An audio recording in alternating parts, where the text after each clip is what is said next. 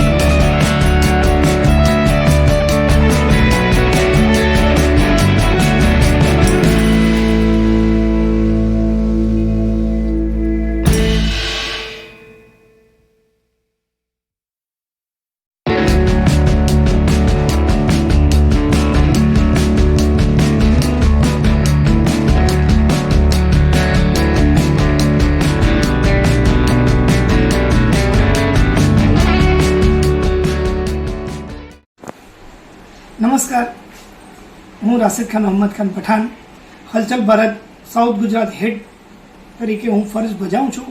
જે સુરત જિલ્લાના મહુવા તાલુકાની અંદર કાલે હું નૂરાની મસ્જિદ પાસે ઊભો રહ્યો હતો। તે સમયે લોકોનું ટોળું સરકારી દવાખાના તરફ જતા જોઈ હું પણ તરત ત્યાં સરકારી દવાખાના પહોંચ્યો હતો। તે સમયે મેં જોયું કે બે ઈસમોના માથા પરથી લોહી વહી રહ્યું હતું અને એમાંથી એક ઈસમને હું પૂછી રહ્યો હતો કે ભાઈ તમને શું થયું છે। તેનો હું મારે ન્યૂઝમાં પ્રસારિત કરવા માટે મારા વિડીયો ઉતારી રહ્યો હતો। તે સમયે અનિલ રમેશ પહાડિયાએ મને બીભત્સ ગાળો દીધી હતી અને એ અનિલના પપ્પા એટલે કે રમેશ દેવીલાલ પહાડિયાએ મારા ઉપર આવી કે તું તારા ધંધા બંધ કર અને મને જાનથી મારી નાખવાની ધમકી આપી અને મને મારા ગાલ ઉપર 2-4 લાફા મારી દીધા હતા અને મારી પર જીવલેણ હુમલો કર્યો હતો। એ સમયે મેં તરત મહુવા પોલીસને પણ જાણ કરી હતી અને ત્યારબાદ તત્કાલ ધોરણે મેં હરજીભાઈ નેશનલ પ્રેસ એસોસિએશનના પ્રમુખ તરીકે જે રહ્યા છે એમને મેં જાણ કરતા હરજીભાઈએ તત્કાલ ધોરણે મહુવા અને બારડોલીના પત્રકાર મિત્રો અને બાકીના તમામ ચેનલોના પત્રકાર મિત્રોને જાણ કરી અને મહુવા સરકારી દવાખાનાની અંદરમાં કે ભાઈ એક પત્રકાર પર હુમલો થયો છે તેની જાણ હરજીભાઈએ તત્કાલ ધોરણે કરી હતી અને મહુવાના PI સાહેબ પારગી સાહેબ અને મહુવા PSI રજપૂત સાહેબને તત્કાલ હરજીભાઈએ જાણ કરતા તાત્કાલિક ધોરણે મારી પાસે મોકલાવ્યા હતા અને દરેક પત્રકાર મિત્રોનો હું આભાર વ્યક્ત કરું છું કે હરજીભાઈના કહેલા અનુસંધાન પર દરેક પત્રકાર મિત્રોએ આવી મને સારવાર અપાવી હતી।